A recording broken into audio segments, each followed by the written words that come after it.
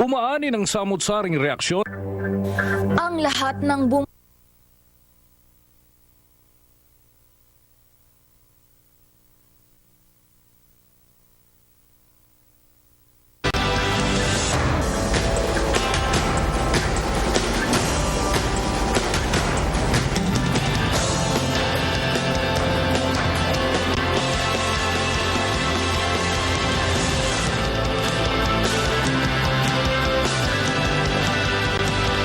Magandang umaga Luzon, Visayas at Mindanao. Ito pa rin ang Comelec KBP PiliPinas Forum 2022. Ito pa rin si Elmar Acol ng Bombo Radio Philippines.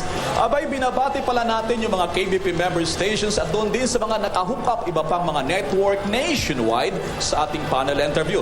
At muli natin makakasama ang veteran broadcast journalist mula sa CNN Philippines, Rico Hizon. Abay, partner, welcome back, Rico. Partners, nice to be back for this KBP Comelec election forum. Maraming salamat, Bombo, Elmar. And of course, gusto kong batiin.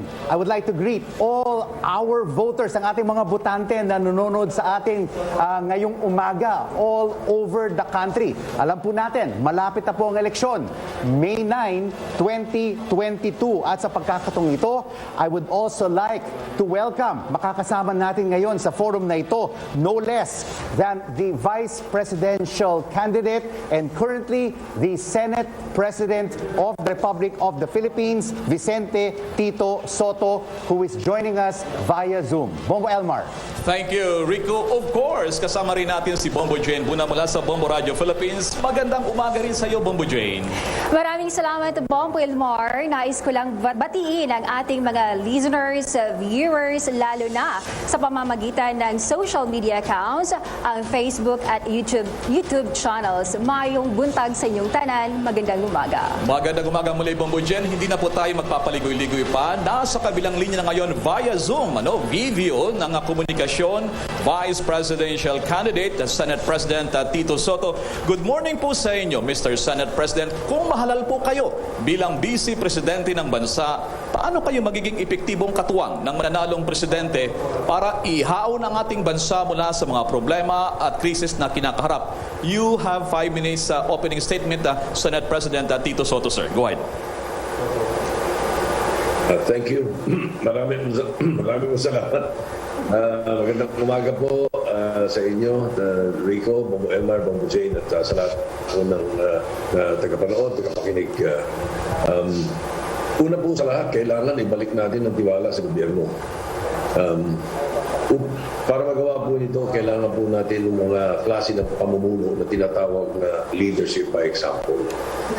Meron po akong taglay na kakayahan, katapatan at katapangan. Kakayahan sapagkat ako po'y mayroon na pong 30 years in public service. 24 years as a legislator, 2 years as chair of the Dangerous Drugs Board, and 4 years as vice mayor.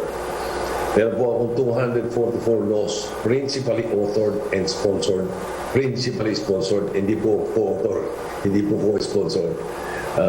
And then the Dangerous Drugs Act of 2002, sa po yan doon sa mga listahan yun, Bayanihan 1 and 2, Doktor para sa Bayan or the Medical Scholarship, the Mental Health Law, the Fisheries and Aquatic Resources Code, the Calamity Fund Act, and the cityhood of 33 cities, 11 of them in Metro Manila. Pagdating naman po sa katapatan, sa 30 taon na po naging bahagi ng serbisyo publiko, hindi po tayo nadawit sa kahit anong korupsyon. Nanatili po tayong tapat sa tungkulin sa Diyos at sa bansa sa pamamagitan po ng pagsulong ng mga batas na makakapagginhawa sa buhay ng bawat pamilyang Pilipino na hindi po kinukompromiso ang integridad, prinsipyo at pananampalataya sa Diyos. I have maintained a physical presence, physically present, never late in sessions, even at the height of the pandemic. And ako lang po at sa Senator Lacson, never absent, never na late. Doon po sa pandemic na 2 taon na kung saan yung mga iba nga ay alam naman natin na nagtago. Anyway, at the height of the pandemic, I value the trust that you have given me all these years. Pagdating po sa tinatawag na katangan, hindi lamang po magsulong ng batas ang ating mga ginawa bilang isang senador. Nagawa rin natin po ang mga mahalagang investigasyon laban sa katiwalian sa gobyerno. Gaya po ng interim reimbursement mechanism ng PhilHealth, yung smuggling sa Bureau of Customs, yung issue ng implementasyon ng GCTA, ang National Believed Reasons, at smuggling ng agricultural products na kinasasangkutan ng Department of Importation, Department of Agriculture, pati na rin yung anomalya ng Smartmatic noong 2016 elections. Lahat na ito, higit pa, ay siniwalat natin, sineyasan at kinasuhan doon sa ombudsman at pinailan po namin. Hindi po ang napili na ay plenary mula plenary. So, walang mas mabuti magpatupad sa mga batas na ito sa tingin po namin, kundi yung mga gumawa ng batas. Yung po ang tingin namin, kulang po sa ngayon ng implementasyon itong magagandang batas na ito. Kaya po, ang isa sa mga ginusuri po namin ay yung tinatawag ng budget reform.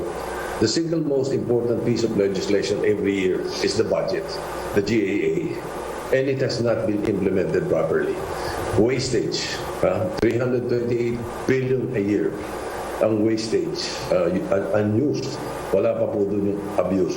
So, yun po ang aking mga pananaw at sa tingin ko po ay yun po ang simulan ng ikabubuti at iaangat ng ating bansa in the next 6 years. Alright, thank you, Mr. President. Bago tayo mag-break sa ating commercial break, itatanong ko lamang, we're just curious, baka yung mga listeners din natin, viewers, kung bakit wala po kayo rito sa studio. By the way, saan po kayo ngayon, Mr. President Soto, sir? Ay, huminto muna po ako dito sa bahay sapagkat para makapag-zoom sa inyo, ako po'y papunta sa, dapat ngayon ay nasa Dumaguete, pero binigyan daan ko po na magkaroon ng pagkakataon na makaugnayan kayo dahil dito sa Comelec na PiliPinas Forum.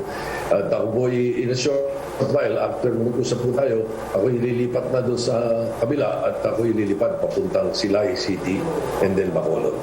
Abay, maraming salamat po, Senate President Soto. Mamaya, i-reserve niyo po yung madagdag yung mga kasagutan. Itatanong natin, ilan na sa mga nakapending nating tatanong sa inyo, paano ka magiging kaiba sa mga naigdaang Vice Presidente, usapin din sa controversial na isabong at iba pang mag-usapin sa ating bansa. Huwag pong bibitaw dito sa Comelec KBP PiliPinas Forum 2022.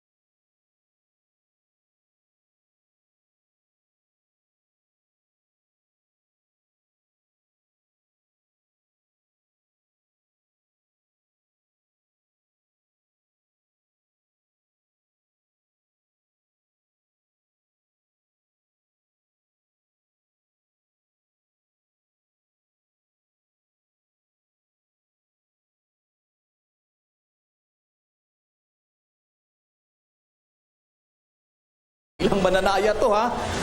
Isabong, roll tape please VTR. Umaani ng samut-saring reaksyon ang naging hakbang ng Pangulong Rodrigo Duterte sa tuluyang pagpapahinto sa isabong operasyon kasunod ng mga problemang naungkat hinggil dito, kabilang ng pagkawala ng ilang sabungero. Para sa ilan, nanghihinayang sila sa kitang papasok pa sana sa kabanang bayan mula sa naturang mga aktibidad. Pero ayon naman sa ilan, mas mabuti nang ipatigil ang online sabong dahil dumarami ang nalululong sa pagsusugal. Para sa akin mas maganda yun kasi maraming nalulung nun eh. Maraming nawala ng trabaho dahil diyan kasi pinagpupuyatan yan. Kung sasabong ako, kaya lang legal ang sabong ko. Ayaw ko ng sa cellphone. Kasi yun, maraming daya din siguro yan eh. Ayun, nasa legal. Parang walang daya kasi nakikita mo talaga na personal. Sa ngayon nila, hindi na lang mga nakakatanda ang nahuhumaling sa sabong, kundi maging ang ilang kabataan ay nagiging bisyo na rin ang ganitong gawain. Minsan alam mo ng tao kahit wala nang may bilang pagkain, sa sabong pa. Yan ang hindi maganda. Pero ito na ni Presidente na ipatigil, is okay. Para mabawasan yung minsan ng mga kabataan na hindi na sila makapagsabong. Nagbabakasakali po eh. Baka yung hawak nilang pera manalo. Minsan kasi hindi mo masasabi, mas lalong nasisilat eh. Naglalaro din kami niyan, pero hindi naman kami lulong na lulong sa pagsabong. Gawa na, parang ginagawa lang namin libangan yan. Kaysa 100, 200. Pag natalo yun, tigil na. Okay po na mainto na boss yung online sabong. Marami po kasing nalululong sa talpakan na yan. Kaya po mas maganda po yung ginawa ni Pangulong Duterte na ipahinto na lang yung online sabong, sir. Pinakamaganda, sir, yung regular na sabong na lang po. Wala nang online para hindi na rin matuto yung iba na tumalpak. Maraming nasisira talaga buhay dyan, boss, sa talpakan na yan. Kaya Pangulong Duterte talagang pasarado mo na para wala nang malulung pa. Yan, although sa pagkaalala ko, Mr. Senate President Soto, matagal na itong nirekomenda ng Senado, pagpapatigil ng online operation ng isabong. Aking katanungan po sa inyo, ano po ang inyong reaksyon at mangyayari sa mga pending na prangkisa ng online operation ng isabong, President Soto, sir? Una sa lahat, it's about time. Kasi yung unang hearing pa lang namin, I already filed a motion which the Senate approved that we recommend that PAGCOR actually suspend it muna while investigating. Pero sa amin, dapat yun itigil na. But then again, ang PAGCOR decided to bring it up to the level of the President. Of course, that means gusto kasi nila. Dahil it's within their power na pagtigilin yun . So, ngayon na ginawa ng Presidente yan, okay na, mabuti naman ganun. At pagdating doon sa prangkisa, mabigat po pagdadaanan sa amin noon. Una sa lahat, ang nakalagay po sa Konstitusyon, ang pwede pong bigyan ng prangkisa ng gobyerno ay yung tinatawag ng mga public utilities. Ang tanong, ano ba ang isabong ba ay public utility? Palagay ko hindi kaya sagutin yun .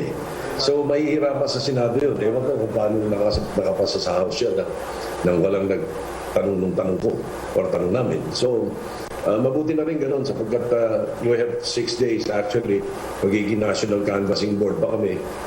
Palagay ko po ay hindi rin namin matatalakay ang prangkisa na nakapending po sa amin. At kung sakali sinabi na ng Presidente patigilin yan, mahirap na po sa atin. Gawin nila sa ibang bansa pero dito po sa atin maganda effect.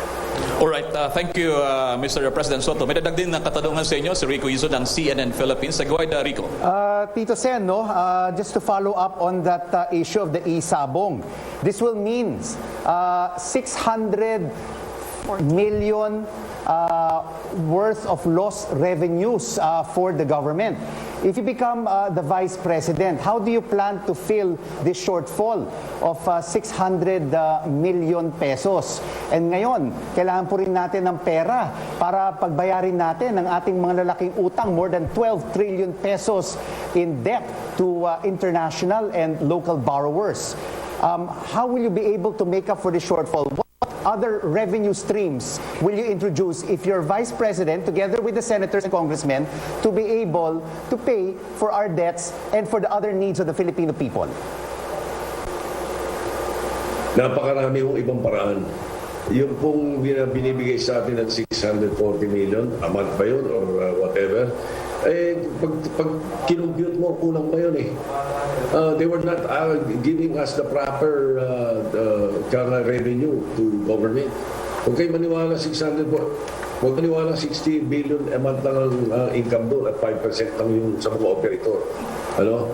Napakadaling sabihin yun, but it can never be proven. Kaya yung 600 na plus na binibigay sa PAGCO, barya yun.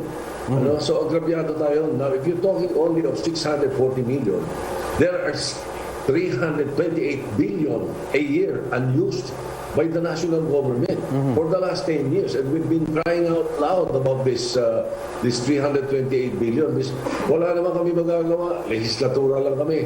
Kaya kami pinagkakakat yung hindi naman nagagamit. But then, you know, the national government has been lax in this particular issue. Yung unused pa lang yun. From 2010 to 2020, average yun. There was a time that it was about 450 billion. Barya po yung 640 million ng isabong compared dito sa unused by the national government. But if kami mag-i-implement ito, really, it will boil down and it will boil down to the upliftment of the poor in the country. Tamang gamit lang noong 328 billion na yun. Wala pa dun yung corruption. Matindi pa rin sa corruption. And definitely it will be a better, it will be a good use. Yung 328 billion, unused pa lang yun, yung abuse pa. Kaya po, pati yung utang, hindi tayo kailangan mangutang ng ganyan kalaki. Lumaki lang, nabloat lang ng konti dahil doon sa pandemic, ano? At hindi na rin pa rin tama. Dahil ang proposal namin, sa akin ang proposal ko, on a personal level ito, dapat tayo nagpo-produce ng sarili nating vaccine. Dapat nagpo-produce tayo ng sarili nating PPEs. Yung mga syringes, mga condoms, kaya natin lahat yan. Ba't kailangan mag-import? Ba't kailangan bumili sa labas? Tapos mangungutang tayo pag bumili sa labas. Samantalang yung mga manufacturer dito, kaya. As shown by our investigation during the Parmali investigation. So really, it's a matter of using the budget of government properly, preparing it properly, iba pa yun, yung preparing it properly and using it properly.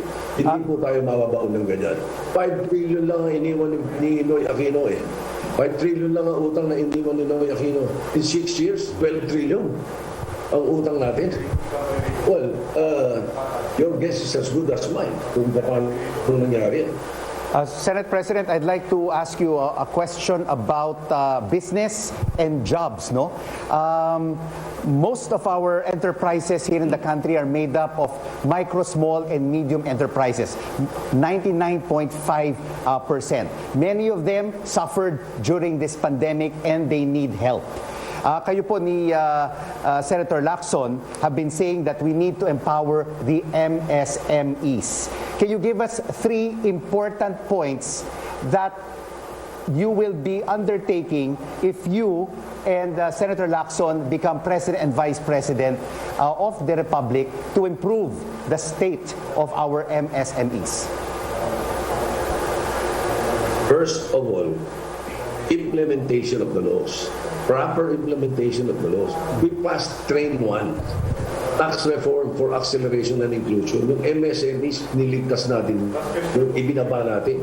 Pagdating po sa Trade Law, binaba rin natin ang taxes nila. Binabawi natin yan sa pamamagitan ng rationalization of the yung mga exemption, yung mga exempted, ano, kaya natin nababawi din yun. But again, we were able to help the MSMEs.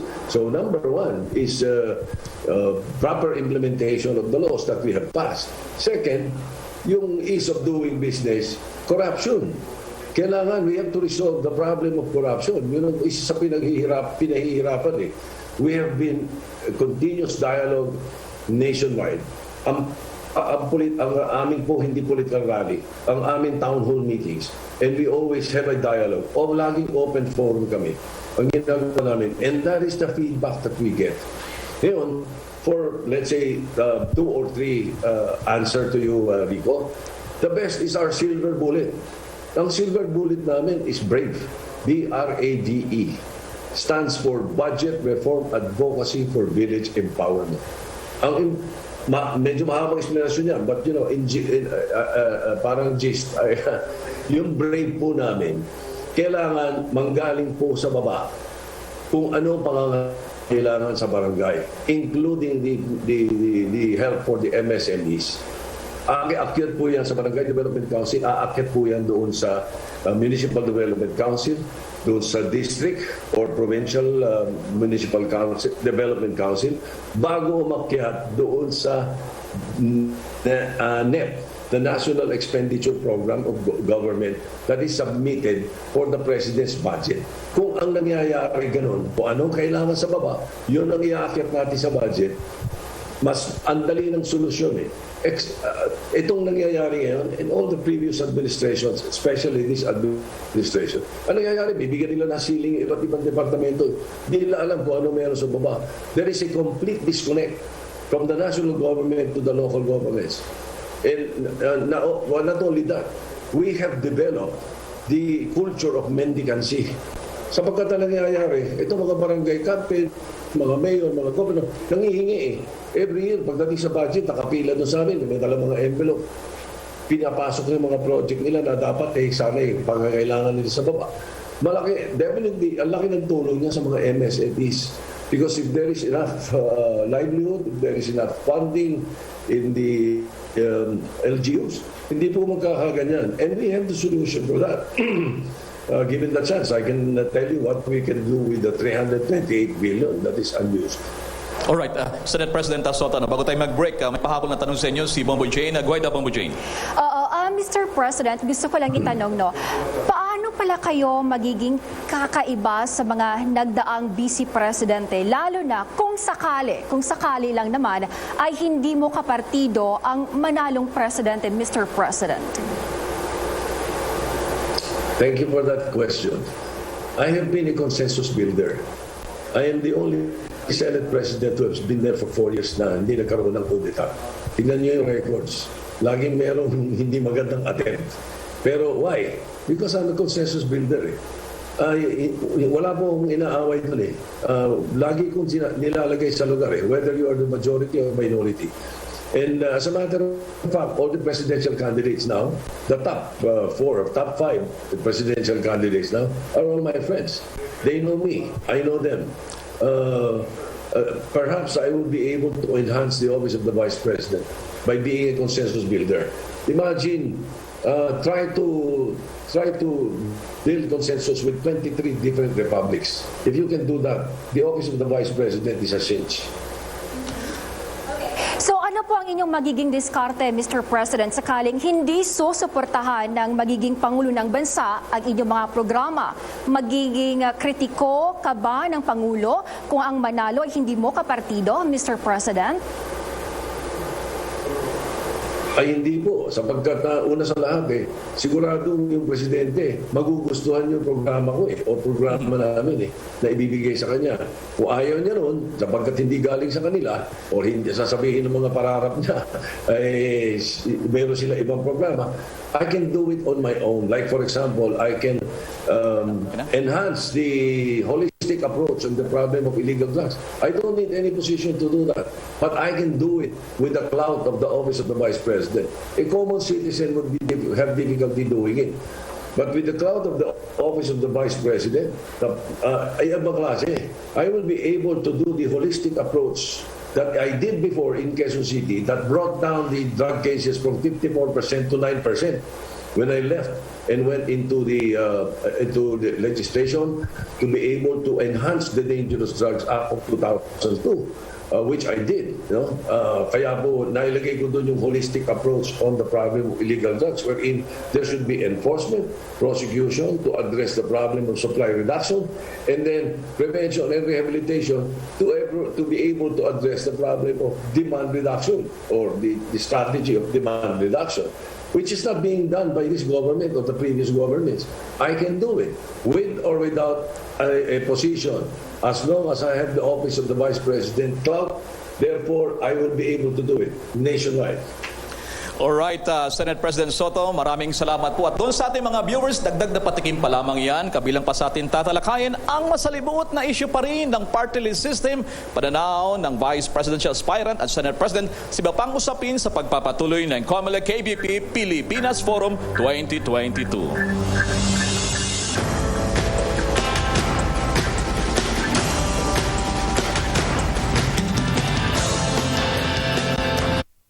Exodo, Kabanata 18, versikulo 20.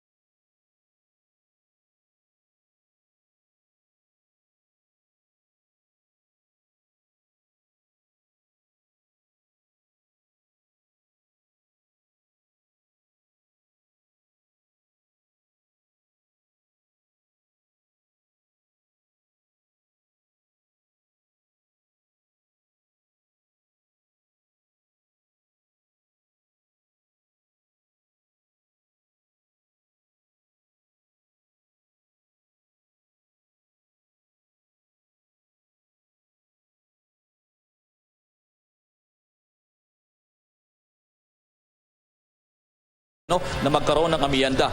What if kung maging vice presidente po kayo, Senate President Soto, isusulong niyo po ba na mamyandahan ang party list system? And by the way, please briefly with your concise answer, Senate President, medyo ginagol po tayo sa oras. Go ahead po, Senate President Soto, sir. Well, una sa lahat, ako po yung co-author ng Party List System Act. Binago nila Yun naman po talaga, interpretasyon, I mean.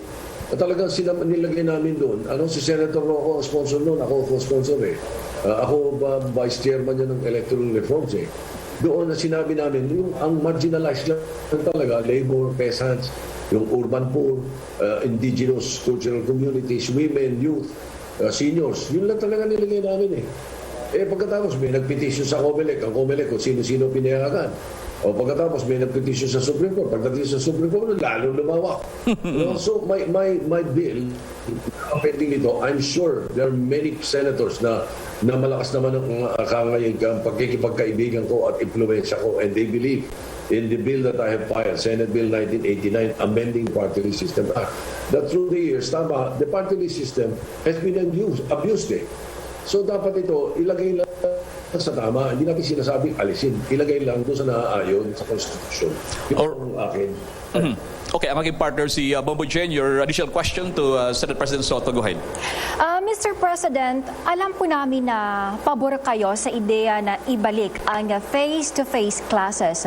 Kung sakali kayo ay magiging vice presidente, paano po ninyo kukumbinsihin ang marami pang mga magulang na hindi pa rin pinapayagan ang kanilang mga anak sa face-to-face classes? Naging big challenge ngayon ng DepEd. 5% lang kasi ng mga private class ang gustong bumalik sa face-to-face classes, Mr. President. Una sa lahat, kailangan ipaalala sa kanila. Pangalan sa pattern na educational edukasyon ng kanilang mga anak. Pangalawa, alert level 1 na Pero dapat nang sundin mabuti ang mga health protocols doon sa, for example, sa bawat eskwelahan, may mga health protocols na sinusunod. Huwag silang matakot. Kasi pagka gano'n, talagang mahihirapan tayo. Pagka mga magulang mismo, I will go out of my way to try to convince them. Sinasabi ko nga sa inyo, hindi ba, kami nga nakapasok ako araw-araw, nakapaligid ang COVID-19 basta sundin mo lahat yung health protocols. Because I was thinking na kapag hindi ko ginawa yun, sino gagawa? Yung mga ibang kasama namin, lalo na yung mga ibang katunggali namin ngayon, ngayon lumalabas na. Pwede pala lumabas magkampanya. Bakit ayaw mo pumasok ng 2 taon sa Senado? May health protocols naman. Hindi ba? So, dapat kumbinsihin natin na ating mga magulang na baka mag-suffer ang edukasyon nila sa puro through the internet lamang. Pabor po ba kayo? Oo. Sa mga eskwela. Pati yung rapport sa mga eskwela. Yung social exercise. Okay. Mr. President, pabor po ba kayo sa plano ng pamahalaan na mag-aalok na mga bakuna laban sa COVID-19 sa mga basic education schools? I'm sorry, I didn't get that well, Bobojin. Mag-aalok na mga bakuna. Pabor ako sa...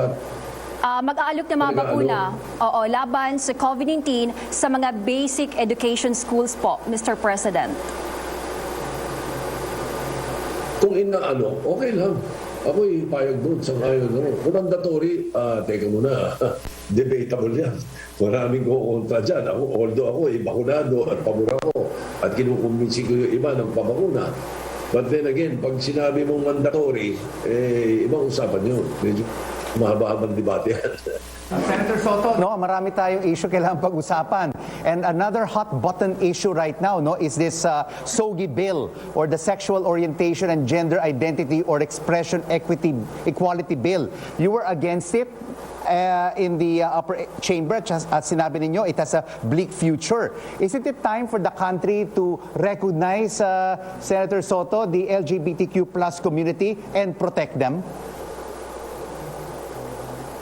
Yes, I have no problem with the LGBT plus community.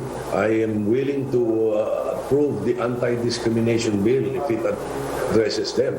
But the problem with the SOGI bill that was filed in the Senate, it violates freedom of religion and academic freedom. Yun ang pinagdidibatihan namin. And then of course, there were others who were saying it's a class legislation. Alisin yung freedom of religion na nakakasama. Alisin yung provision na tatamaan yung academic freedom.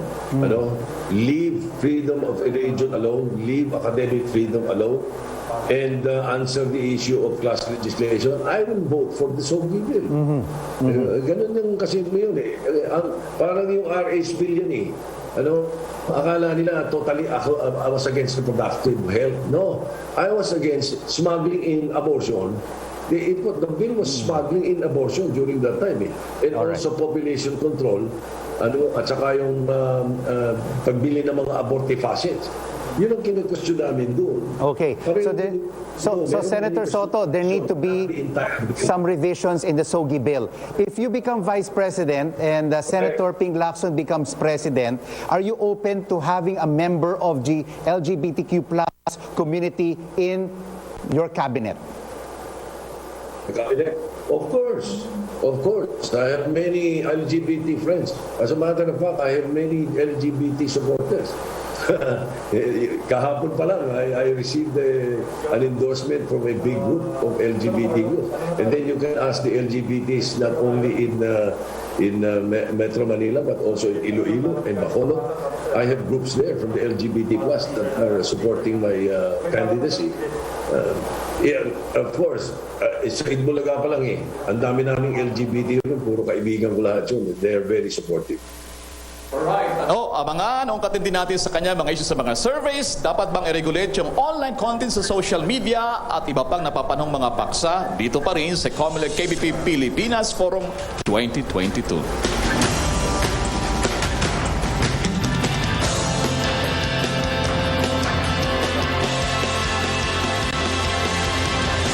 Exodus 18:21. But you choose from the people capable men, God-fearing men, men of truth, those who hate bribes, and put them over the people as rulers of thousands, rulers of hundreds, rulers of 50s, and rulers of 10s. Ang mabuting balita ay hatid sa inyo ng MX3. Sa darating na halalan, huwag niyo akong kalimutan! Sa darating na halalan, huwag niyo akong kalimutan.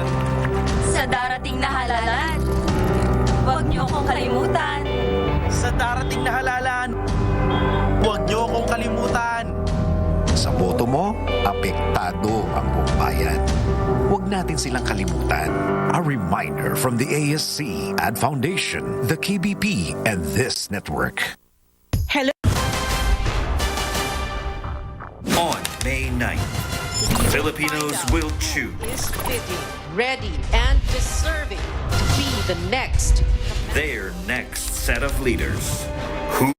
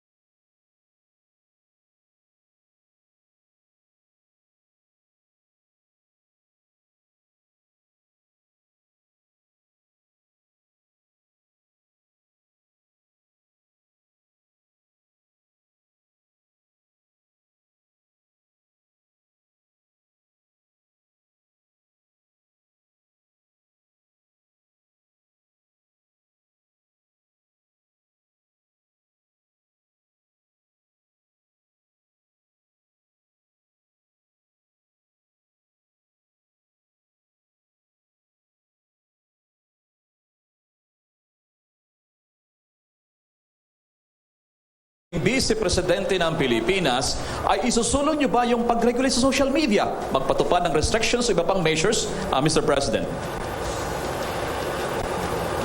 I think I have to correct that. I did not call for the Facebook to shut down the farms. I got in touch with Facebook. They called me. They had set a meeting with me because I was telling them to shut down the abortion clinics websites, which is addressed in the Philippines. Abortion is illegal in the Philippines. Bakit nila pinayagan? So they immediately removed it. Doon sa issue ng mga, let's say, fake news, kailangan palakasin natin yung government networks natin. Sila pinagkukunan ng informasyon, ibalik natin yung Office of the Press Secretary. Para sila ang isa dapat mag-overall niyan. Meron akong pinayal na anti-fake news bill. Senate Bill number 9. It seeks to protect the public from what they call this deleterious effects of false and deceiving content. Senator, ang final ko. Senator, we have several minutes left before the end of this forum. I also wanted to ask you about this issue on the SIM card registration bill. It was vetoed by President Duterte. If you're Vice President, isusulong pa ba ninyo ito? How do you think it will be handled by the next administration and by the next Congress? I will do everything within my influence to influence. I still have some influence, I'm sure, as Senate President. I still have influence with the incumbent senators and the incoming senators and even the congressmen. Siguradong i-refile nila ito, ipapasok nila. As a matter of fact, I was giving the executive department a door out para imbis na mabito, maipasa pa rin namin. But then again, I don't think they responded positively.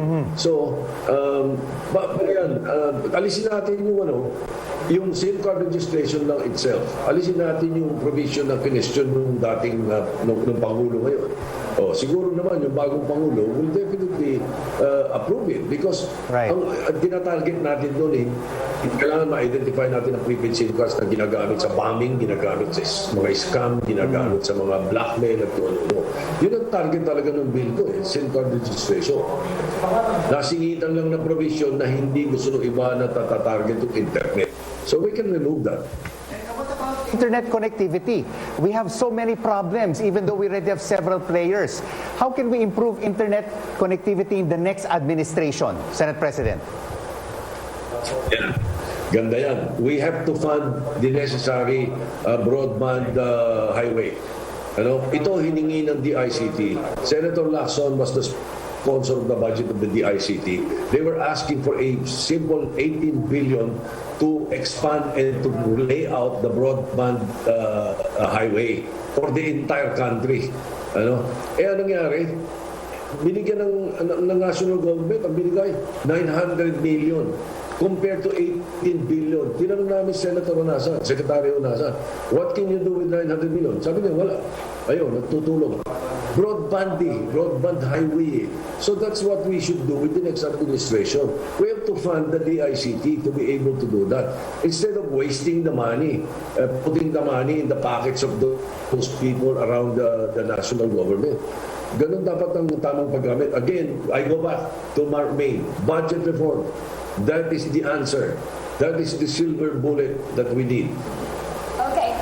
Mr. President, ihahabol ko lang ito na tanong, since limitado pong ating oras. Sa latest survey po, hindi raw nagbabagong inyong ranking. Ano po ang take nyo rito? Especially, ilang araw na lamang ay halala na, Mr. President. Kasi ang natitingnan ninyo yung survey na kini-question kahapon lang nakita ko yung analysis ng Rappler ni Mr. JC Pumbayan na tama siya. 40% inaccurate sapagkat nakita yung pinag-aralan nila yung paano ginagawa yung survey ay nakikita na talagang hindi pantay-pantay. Yun ang tinitingnan yung survey. I think we should look at all the other surveys because the independent survey says that I have very good figures. I have very good stats. So, siguro baka yung iba nadideceive nun. Nagkakaroon ng mind conditioning na tinatawag. But really, even the president of Pulse Asia was interviewed by Ted Filon yesterday. Ted Filon says that hindi raw makapag-explican ng tama Naguluhan daw siya sa explanation kung tayo, pinakamaganda kung tayo maniwala sa mga survey. Maniwala tayo doon sa sino ang karapat-dapat na natin. Alright, talagang kulang tayo sa oras. Senate President Vicente Tito Sotto, bibigyan po namin ng 1 minuto para sa inyong closing statement. Go ahead po, sir. Well, una po sa lahat, ako po'y gusto ko sana, siguro, sa ating mga kababayan, why don't you ask your candidates if they are true leaders? And nasaan sila nung pandemic? Kung pare-pareho na lang kami ng platform, yung mga platform programa nga namin, ginagaya ng iba Pero ang tanong na lang natin dito, sino naninindigan sa inyo? Sino gumigit na sa panganib pagtagilid? Yun ang kailangan nating true leaders I will not be, hindi ako makakapa if I get into the office, if they vote for me as Vice President. Hindi ko pagpa-practicean yung office of the Vice President. With my background, with the record that I have, the track record, I think I will be able to serve the country well. Let my record speak for itself. Alright. Thank you. Thank you din po. Maraming salamat, Senate President Vicente Tito Sotto III. Muli, maraming salamat sa panahon binigay ninyo sa amin sa mga himpilan po ng KBP at mga nag-hook up sa atin sa ngalan po ng Commission Elections. Talaga namang itong layunin nila ang Comelec, ang KBP at sa Manila Broadcasting Company mula po rito sa kanilang studio sa Pasay City. Nakasama aking partner si Rico Hizon ng CNN Philippines, Bombo Jane Buna ng Bombo Radio Philippines. Ako naman si Elmar Acol ng Bombo Radio Philippines. Abangan ang susunod pang mga presidential at vice presidential candidates dito lamang sa Comelec KBP PiliPinas Forum 2022. Marami pong salamat.